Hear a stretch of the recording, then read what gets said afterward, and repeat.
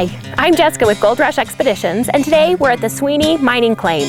This is going to be done in a series of claims because there is so much working out here that we want to capture it all with the claims that we write. I am 50 miles outside of Dillon, Montana. That's going to be your closest city with amenities, a nice place to stay, place to get a beer, some good grub. The roads in here were actually really nice. We're quite surprised. I'm 1.2 miles to be exact from the main highway down below us. The roads all the way up here, we had no problems getting a full-sized truck. The road was a little bit narrow, but very good and great repair. I want to talk to you about this old head frame right here and some of the ores that I've seen around the area. We've seen lots of dark galena. Usually galena is a combination of silver and lead. Lots of that around. Lots of iron. Iron is where you usually find your gold. Gold rides an iron horse. Here's your iron. This iron is all over the place. You can actually see these tailing piles from the main road down below because there is so much iron in it. This is where you're going to find the gold that you would process and make your money out of. This rock is very volcanic. So it was when the volcanoes were around that the gold formed and then settled here in this location. This head frame, it's not a very big head frame, as you can see by the size of me. And where the sheave wheel would have been at one point in time is also very small, which tells me they weren't using very big ore cars when they were accessing this incline. It's not a shaft because it goes down on an angle. And I know that it goes down on an angle by, one, looking at the direction of the cut, and also the way this head frame is slanted, it would have been pulling on an angle as opposed to pulling straight up. This incline is very interesting because it was built with walls of local wood. This particular location of the mountain is not a highly timbered area, so you do find some smaller trees around the claim site that were once cut down and used to wall up the side of this incline. Now they had this walled up because the top of this rock before you hit the solid hard rock is very soft. So the walling was keeping the softer, less stable rock out of the way so that it didn't inhibit the ore cars coming up and down the shaft. This is an older head frame, but not extremely old. The way I know that is you've got manufactured nails. These are things that were done by a machine. They weren't done by a blacksmith.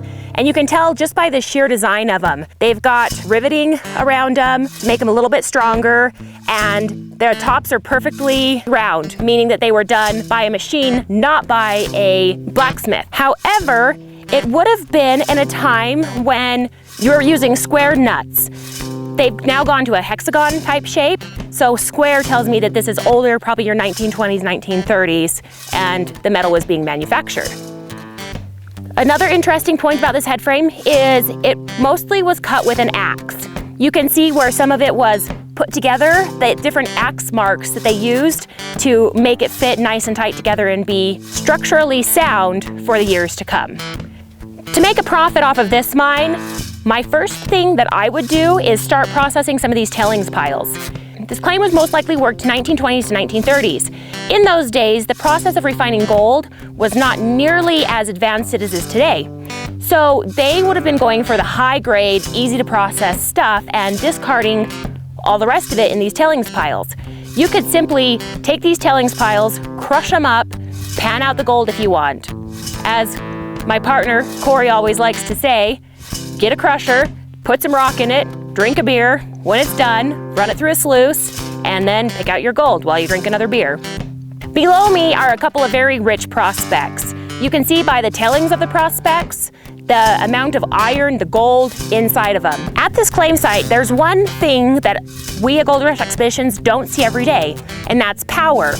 Somebody who owned this claim in the past took the time to run power to this site, and there's actually a few power boxes, you can see them along the road up here, that you can tap into and easily get power to the site, which tells me that whoever held these claims, probably the 60s, 70s, 80s, they had such high hopes for it that they took the time, the money, the energy to run the power to these sites, which is going to make your life so much easier up here.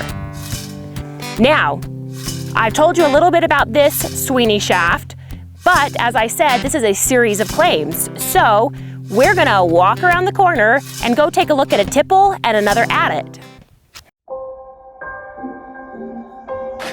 check out these ties. So they're really old.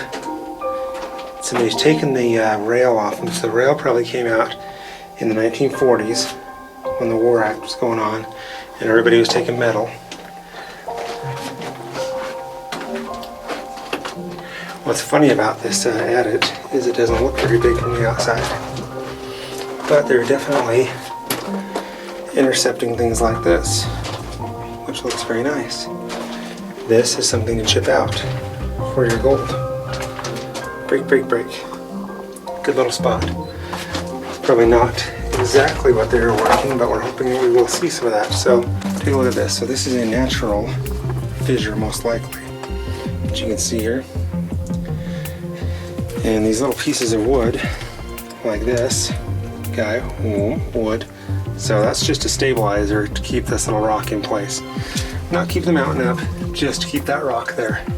Because you see this a whole big natural, just void is what it's called. And as you can look over here, sorry about the Steadicam, is it actually picked some of that out, looking to see if there's anything around it. It's not necessarily a stope, it is just where they picked out to see if there's anything there. Now, what do we see coming on here? There's material coming from somewhere above. Where could it be coming from? Well, being that I know there's an adit above us, it's likely sloughing down from that adit. Carefully make my way over. Oh, motherfucker. So take a look at that. There we go. We have another level that goes up there. I might go up there minus the camera. There's another boiler. A very good sign. Lots of stuff going on. The handle is really cool there. So this, we have a shaft above us, or an adit above us. This is likely going to intercept that up top. What you can see here is they've really stoked the shit out of it because you have a lot of this stuff, which is really good gold ore. So somebody's worked here, you have muck plates here, you're back into your track, which is good. Notice what they're working. All of this. See this that we talk about? What the hell is my finger? There, this. This is quartz. This is rich, good gold ore. All this is stuff that you want to bring home. So, when you're mining out here, doing your mining thing, God, I don't want to screw up there, but there's a big ass rock up there too, so we're going to hit it from the upper shaft. Anyway, when you're mining, this is what you're going to want to start breaking out. So, take a hammer to this, all this type of stuff, break this out, crush it up. This is your good pay dirt. See this? Nice little faulting. Corey just came out of the third adit on the Sweeney claim. And this adit in particular has some really good ores in it. And the person who owned the claim in the 40s was probably going to come back to this claim. How do I know that? They took this adit, it's the biggest adit on the Sweeney claim, and they shoveled ore back into it to block it so that it looks like a collapse. So your average Joe will come in, they'll look at that and go, wow, nothing here, let's turn around and go out. Well, really, what the claimant did was block off the good stuff so that it would deter most claimants. The best thing to do now would be come in, remove that ore, and see what that miner was hiding in there. You may ask, well, how do you know that somebody just took a shovel and closed up that hole? You can tell by looking at the structure of the mine. The wood, the timbering is intact, and the rock above is intact, which means if it was a collapse, it would have come from above and fallen down below. The spine and the ribs of the actual adit are intact. Therefore, the rock had to come from somewhere else, probably from right on the tailings pile that I'm standing on. The miner picked up the ore, put it back in there, and said, I'll come back to this probably after the war. This tipple is designed to hold the ore that is good until the trucks get here to haul it out, which tells me they weren't processing directly right here on site.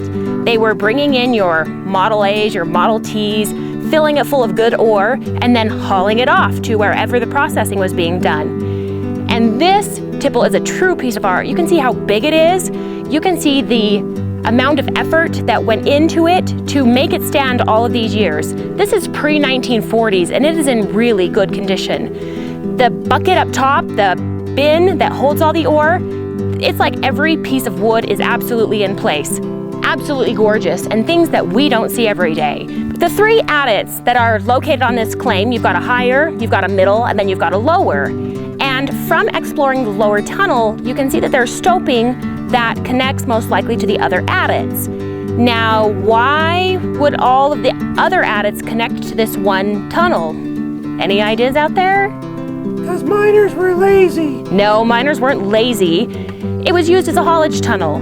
It wouldn't have originally been a haulage tunnel, but miners found it more economical to connect the adits, and then gravity would push all the ore down into the haulage tunnel, and then they had one place that they had to bring ore out of and dump it into trucks. Instead of having to build 3 pieces of artwork tipple like you see above me, they built one and all the ore came out of this one. As a recap, on this claim we have 3 adits. We have a giant tipple, a head frame, a shaft, more like an incline, and then lots and lots of prospects. The view, unbelievable. Montana, how can you go wrong? You can't. For Gold Rush Expeditions, I'm Jessica Schumann. I hope you've enjoyed the views of the Sweeney Claim, and we'll see you at the next site. This claim is available for purchase, and if you would like more pictures, more video, visit our website, www.goldrushexpeditions.com, or give us a call.